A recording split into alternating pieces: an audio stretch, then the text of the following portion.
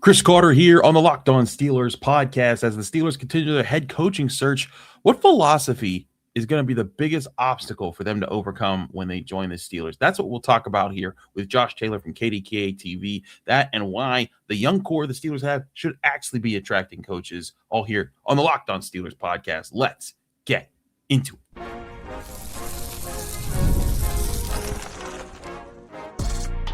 You are Locked On Steelers, your daily Pittsburgh Steelers podcast, part of the Locked On Podcast Network, your team every day.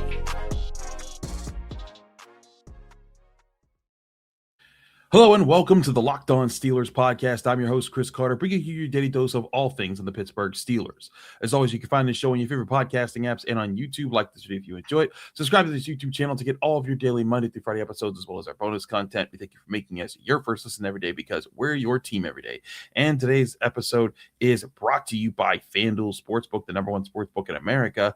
FanDuel is officially in playoff mode every game day during the NFL playoffs. FanDuel is giving customers even more ways to get on the action. Visit FanDuel.com to get started.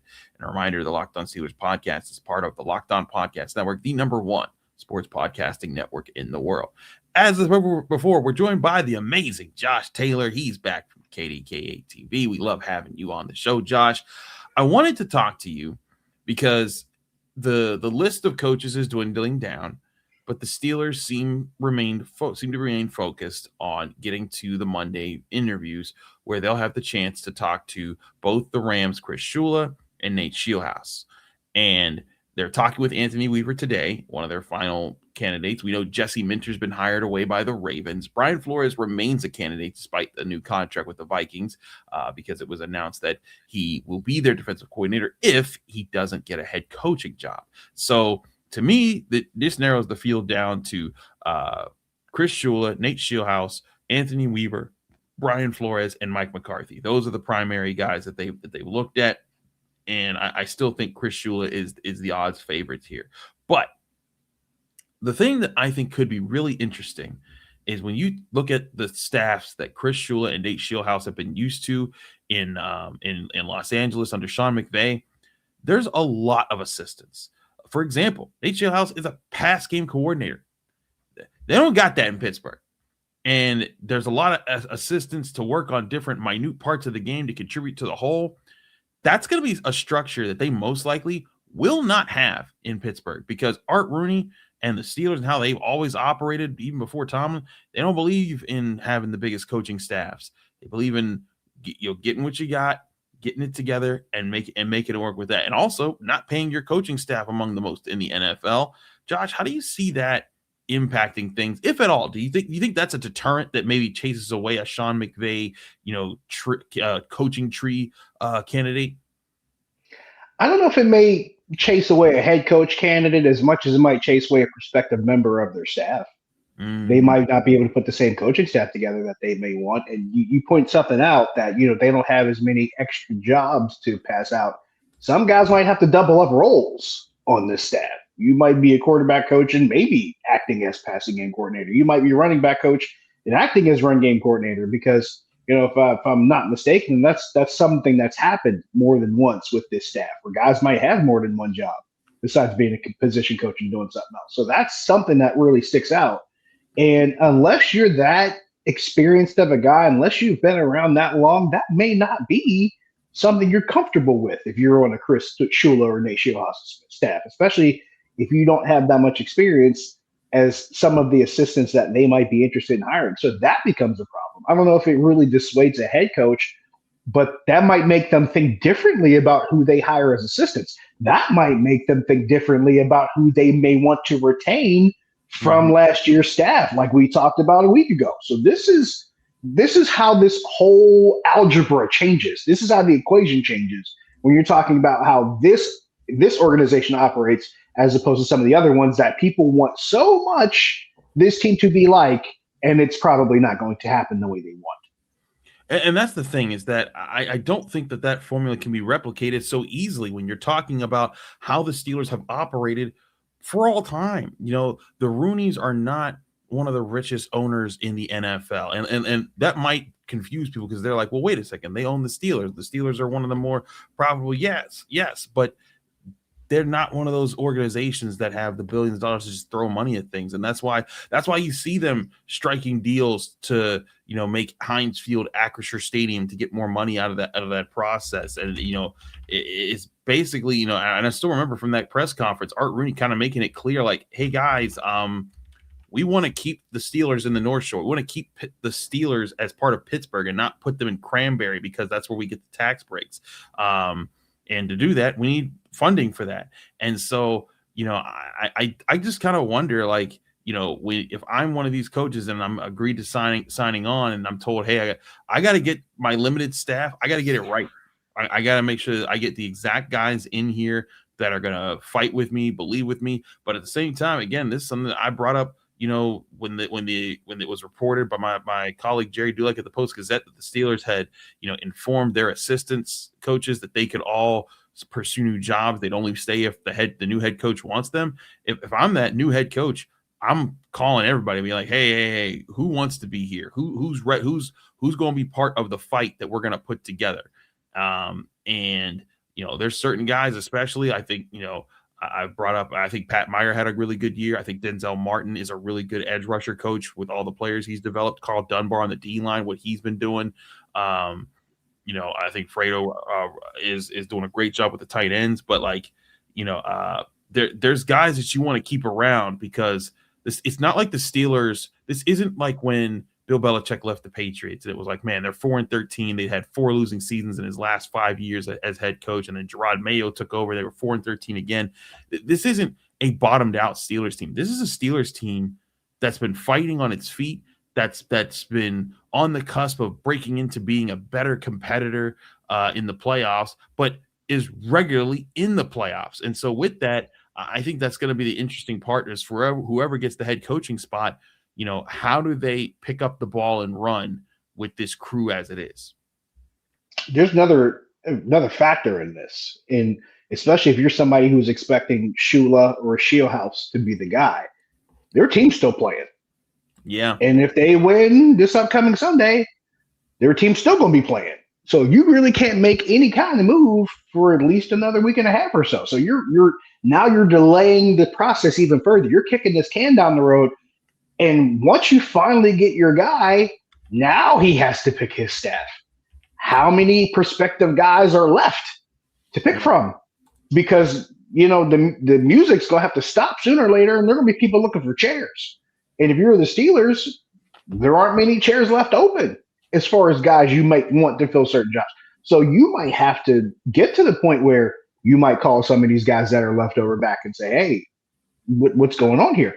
So that's another thing that I don't think we really take into account when we start fantasy booking things in our mind, that we have to remember, hey, there's an entire logistic situation with 31 other teams in the league that they got to figure out too before you start worrying about what one's doing.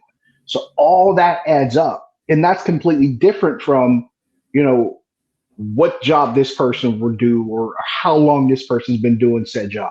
All this stuff layers in. That's not counting the fact that guys have relationships with one another. So that's another thing that sticks out. So all this stuff is stacking, and you think it's stacking in one direction. And the truth of the matter is the logistics make it complicated sometimes to have the desired scenario. I'm right with you. I think that this is going to be an interesting challenge for whoever gets this job and how they embrace it. And I think it's something that, Jay Glazer pointed out. He said on Fox Sports this week when he was getting interviewed, he said, like, Mike Tomlin masked up a lot of things there that aren't going to be easy to fix. And I think this is one of them, is the fact that they haven't been able to expand their staffs and get something going there and develop the way, build staffs the way that the Niners and the Seahawks and the Rams, a lot of these teams that have moved that are in the modern NFL. And again, it's not that the Steelers haven't been competitive, but I think, when it comes to coaching staffs, there was a time where having the smaller staff, you could brag about it because you could say, hey, too many, cooks in the kitchen spoil the soup, right? Like there's that idea. But at the same time, there's also like, in today's NFL, it's like, hey, we need more eyes, more ears, more minds thinking towards our common goal and coming with fresh approaches. And I think that's something the Steelers, if they embrace, it could be something good. But if they don't embrace, that's going to be an obstacle for the new coach to hurdle. Yeah, there is the possibility of trying to adopt some things that you weren't doing previously. Because let's be honest about this. There are some things that are happening in the game now, and I have to remind people of this, is that the NFL, its innovation is only as good as its most recent edition. Because we think there's stuff that's been cooked up in the NFL for like the past 5 or 10 years. Not really. A lot of stuff that's new is showing up in the NFL. There's stuff that was in college ball, stuff that's recycled from years past. There's some stuff that's cyclical. There's some stuff that just kind of gets mixed in. Mike McDaniel using stuff that he saw in CFL games. Some of the stuff is just things that people are borrowing from other people. So when you are talking about trying to adopt a certain kind of coaching style or certain kind of offensive style of philosophy, some of this stuff is just recycled or maybe just borrowed from other people. It's not like some of this stuff is brand new, just being cooked up somewhere in the back room. So the ability for some guys to adapt may not be as complicated as some people think. It may not be as difficult. Remember, some of these guys go to coaching clinics and they know each other. They have relationships. So it's not like some of this stuff is like it just can't possibly be learned. These are some old dogs that can still learn new tricks, so to speak. Well, we're going to take a quick break. When we come back, I want to talk about why the Steelers' young core is something that should attract head coaches, because we've talked about quarterbacks and everyone else, but I want to talk to Josh and get his thoughts on what should attract coaches about the Steelers roster and how it's constructed moving forward. All that here and more on the Locked On Steelers podcast. Chris Carter, Josh Taylor. Stick with us. Be right back. But first, remind you this show is brought to you by TurboTax. Tax season doesn't have to take over your life. This year, TurboTax is making it easier than ever to just hand things off and move on with your day. With TurboTax full service, you could have your taxes done for you by a trusted local expert start to finish without stress or guesswork.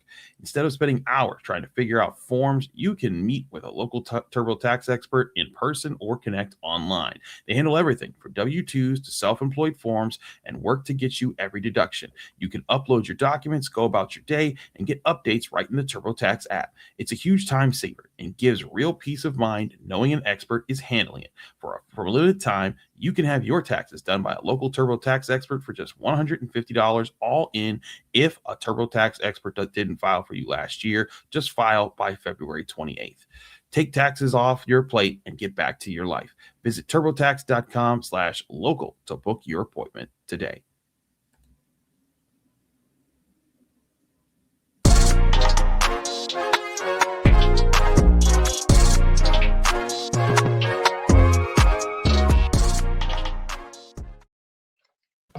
Back here on the Locked On Steelers podcast, Chris Carter, Josh Taylor, continuing our show here. Now, Josh, I want to talk about why, a lot of people are looking at the teams with franchise quarterbacks and how they are and why coaches should gravitate towards them. Jesse Minter's going to go work with Lamar Jackson, presumably in Baltimore, unless Lamar gets traded.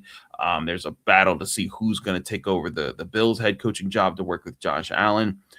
But I do think the Steelers roster, as it's currently constructed, should entice people if they're not trying to win right now. If they're trying to build a potential a team, a franchise that could build towards a chance to being in a championship window for multiple years. And I know some people are going to say, "Oh, Chris, they're not there now," and I agree, they're not. But that's what we said at the start of this season. But they have an offensive line that's young, pretty much all on rookie deals moving forward, and has a lot of upside. They have a young defensive line behind Cam Hayward with Keanu Benton, Derrick Harmon, Y.A. Black. Maybe they draft another guy there that could rule the trenches for years to come if the Steelers wanted them to. They got a young corner, Joey Porter Jr. They've got weapons, and they've also got guys signed to decent contracts. And the other part of this, Josh, that we'll explore more later next week too, but they've got cap space. $37.7 million is what they have on overthecap.com.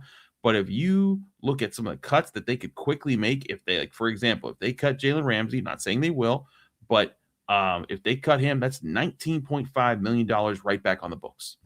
And you're looking at just under $58 million right there. And then you do Jonnu Smith, that's another $7 million. You're in the 60s all of a sudden.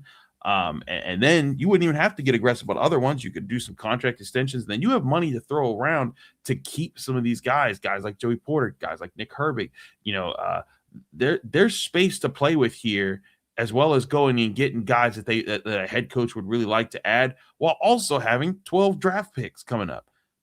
That, to me, should be an attractive situation for a head coach to want. There was a word you and I used quite a bit before this season started when we talked about what this roster was, how it was incomplete, but there was still a lot to be built on it. We kept using the word infrastructure.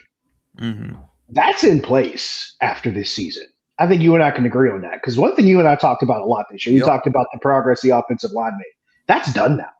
Your offensive line set. You got 6-7 guys done, ready to go. Don't need to add to it. Don't need to worry about subtracting from it. That's done. Defensive linemen, you got 3, 4. If Cam Hayward comes back for another year, you got 5 interior guys that you have as far as that infrastructure is in place. Plus, you got 4 edge guys ready to go. Yeah. Don't have to worry about it. That's in place. You got your shutdown corner, whom I think really got himself robbed out of some postseason recognition in Joey Porter. That's already done. So, and you might even have a couple of other guys that could fill in with that corner position. When's the last time this team had cornerback depth? Like, it's been a while since we saw cornerback depth with this roster. That's in place now. So now, minus a couple of moves you may have to make, we talked about the possibility of maybe cutting or trading to Jalen Ramsey to save that money against the cap.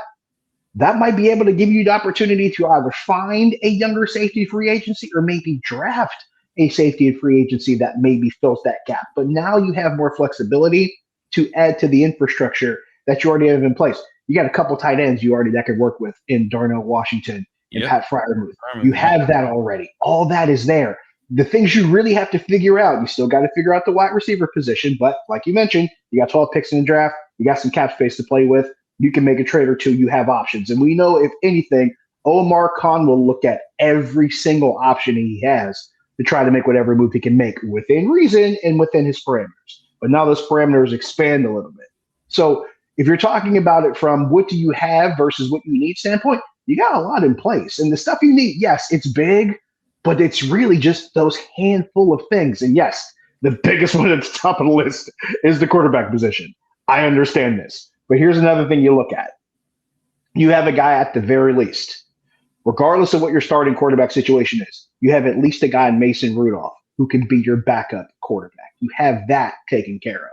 So maybe if your starting quarterback plan goes to pot, let's say you get your guy and he gets hurt in week 2, you at least have a veteran backup quarterback, a contingency plan so it doesn't completely go to pot. So a lot of stuff, you may not have all the A1 top left stuff, but you got a lot of second and third line stuff that's already in place.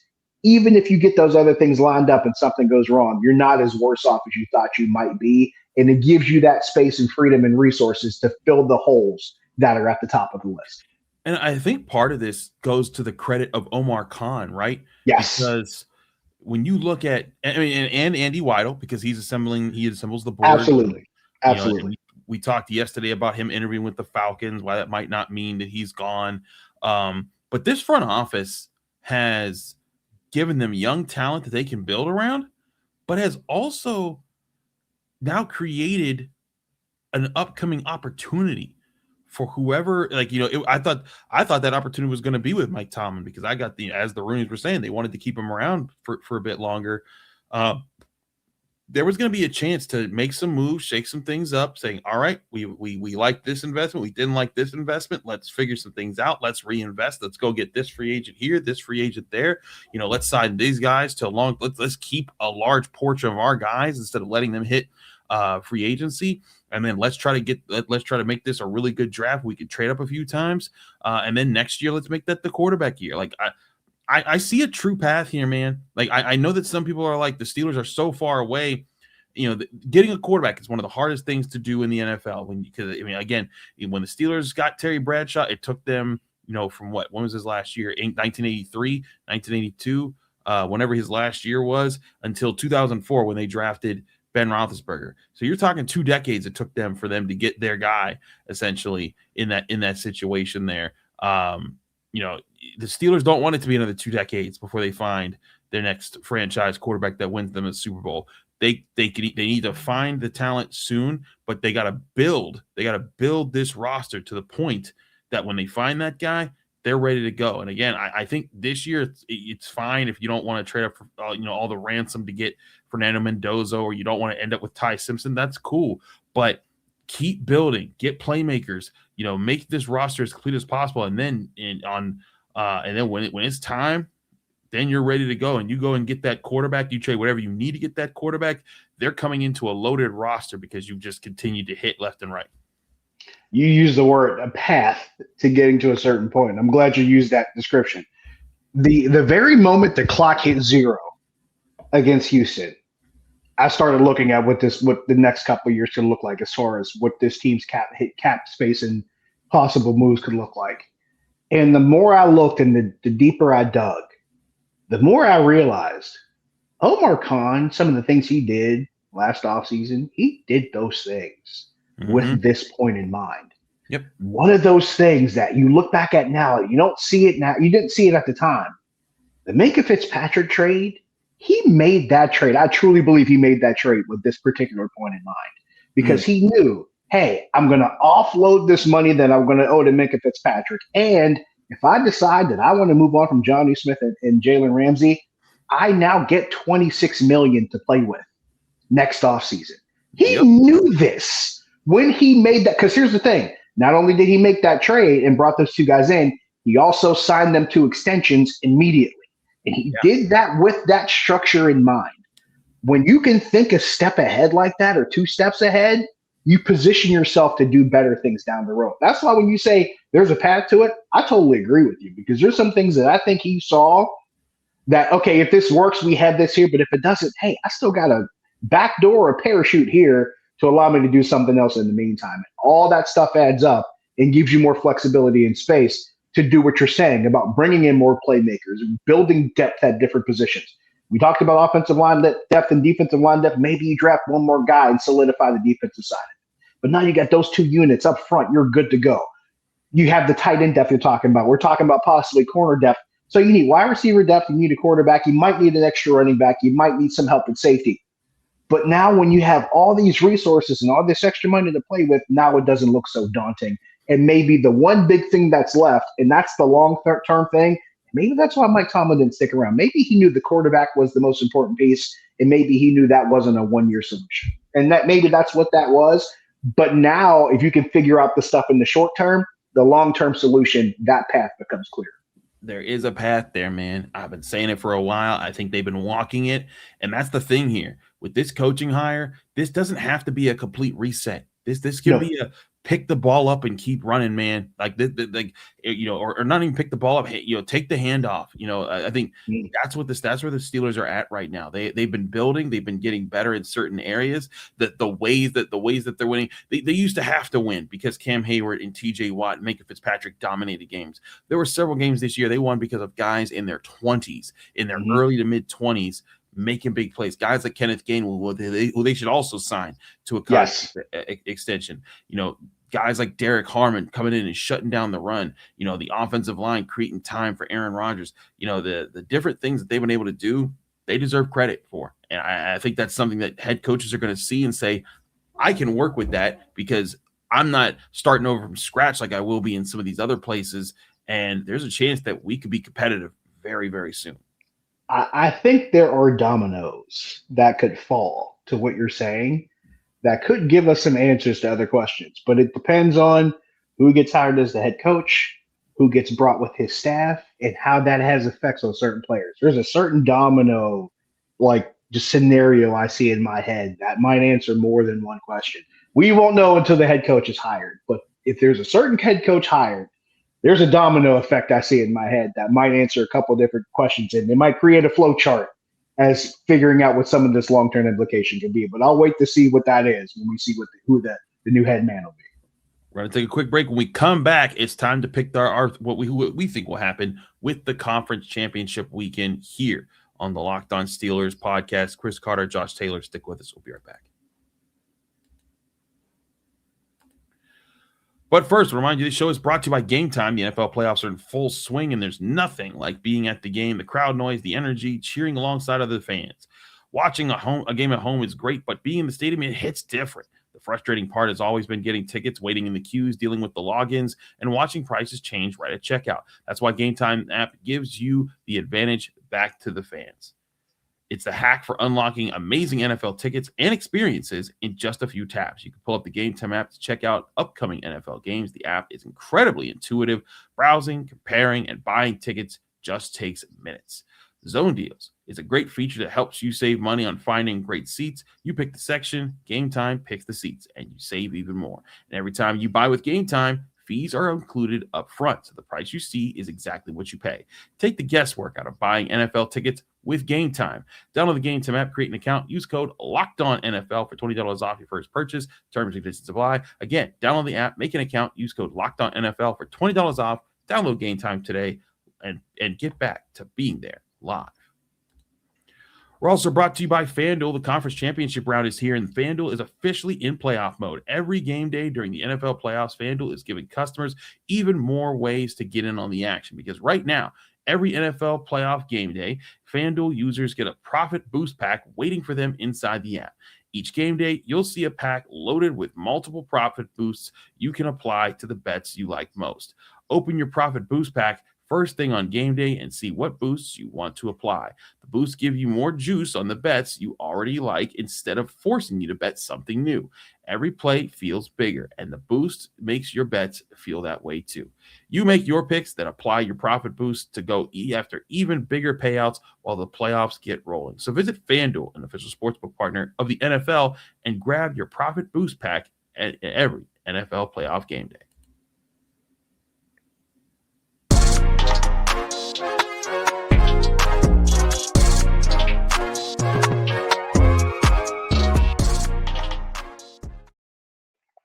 We're back here on the Locked On Steelers podcast. Chris Carter, Josh Taylor. It's time to look at the weekend's picks. We got 2 games left. It's the last day with multiple football games until next season. It's so I hate it every year. I hate it every when we get to this point.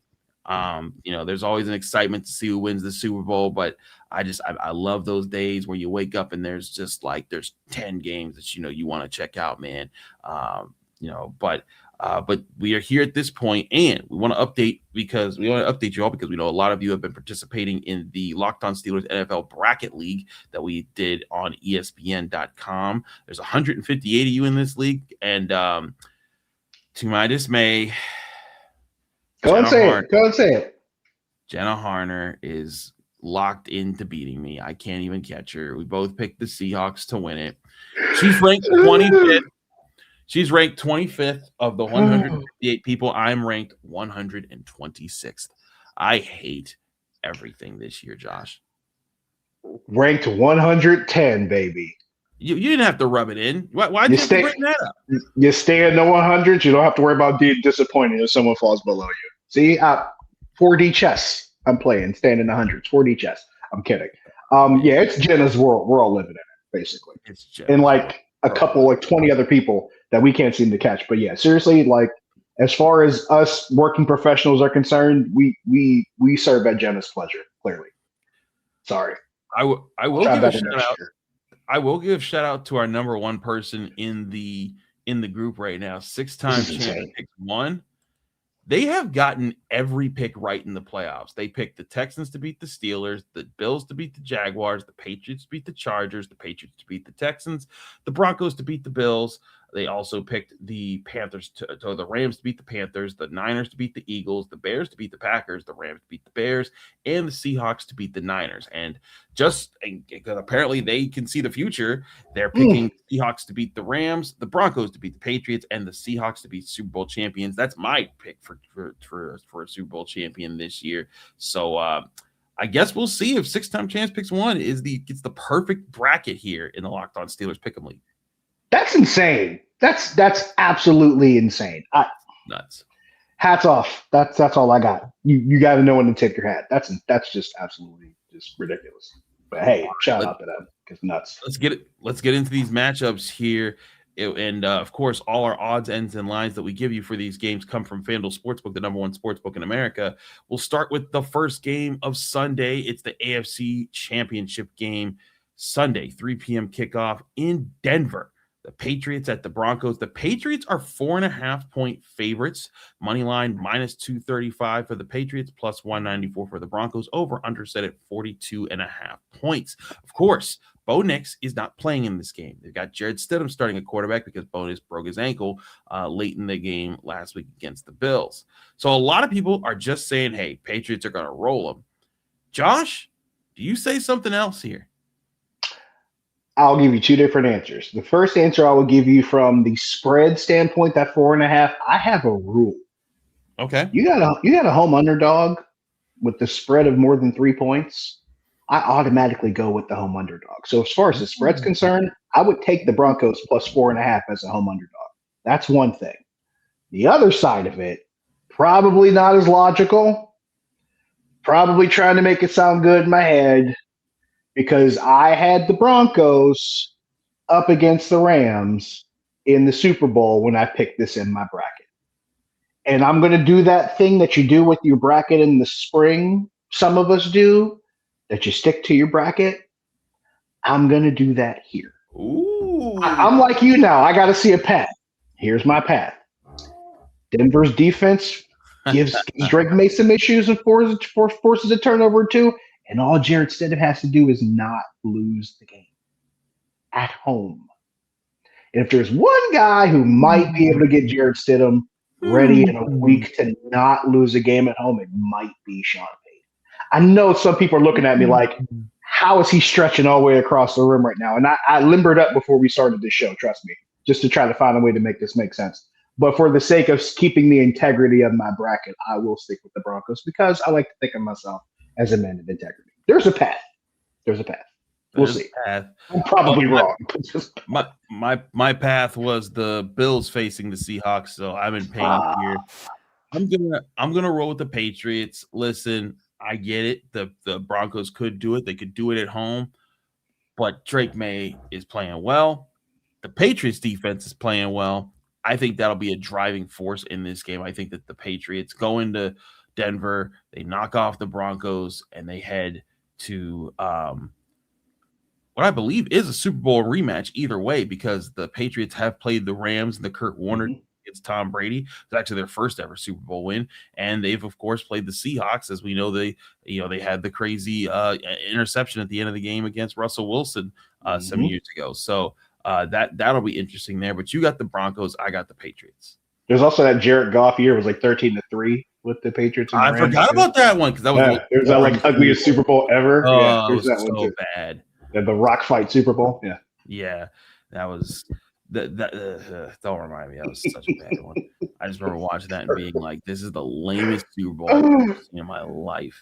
The commercials folks won that one. Yeah, absolutely. Jeez. Let's roll to the NFC playoffs here. NFC Conference Championship, that is. The Rams are at the Seahawks. The Seahawks hold on to being a 2.5-point favorite. Money line is Seahawks minus 138, Rams plus 118, over under set at 46.5 point. Josh, when Vegas puts these numbers together, the home team gets 3 points, just for being the home team. So if they're only up 2.5 points, are they saying the Rams are a better team than the Seahawks? They're saying that a neutral site, the Rams could beat the Seahawks, and I don't disagree with them. However, they are playing in Seattle. They will have the 12s in full effect, so that is a thing. To quote my previous radio show, that's a thing. However, once again, sticking with the integrity of my bracket, because you have the Seahawks as your Super Bowl champion. I have the Rams beating Denver as my Super Bowl champion. That's what I have. So once again, having to stick with the integrity of my bracket, I will go with the Rams. This path is a lot easier to find. Probably has a few more yellow bricks in it. This road might be a little bit easier to pave, and I think it's possible. So yeah, I'm going with the Rams in this one. There's definitely a way it could be done. Granted, the Seahawks defense looks really, really good.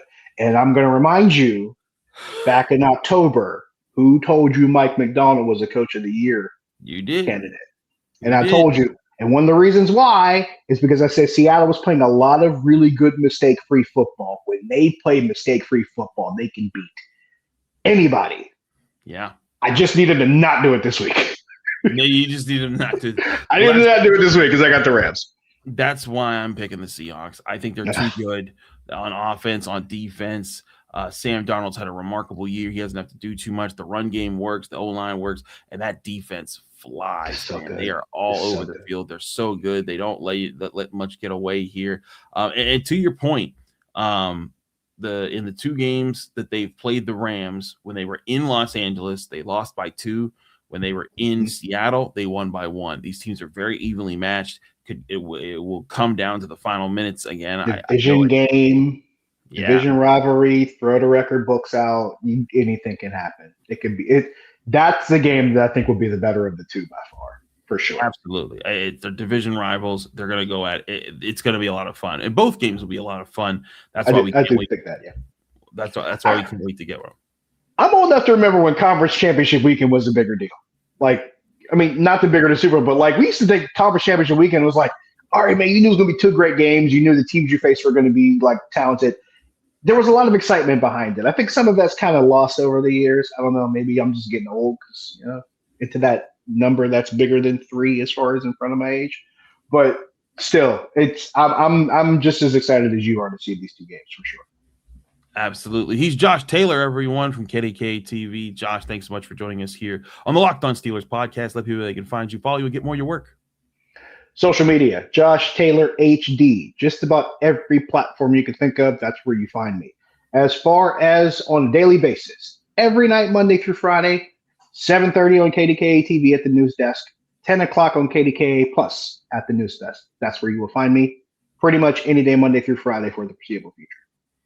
Absolutely. He's Josh Taylor. Josh, thanks for joining us here. And thank everyone for joining us here on the Locked On Steelers podcast. We appreciate all our viewers and listeners. I'm your host, Chris Carter. Follow me on Twitter, Instagram, TikTok, Blue Sky, wherever you get social media. My handle is always at Carter Critiques. You can read my work in the Pittsburgh Post-Gazette by going to post-gazette.com, and you can find me here every day, Monday through Friday, on your favorite podcasting apps and on YouTube. Like this video if you enjoy it. Subscribe to this YouTube channel to get all of your daily Monday through Friday episodes back here Monday, letting you know what happened there in the NFL playoffs and with the Steelers coaching search right here on the Locked On Steelers podcast.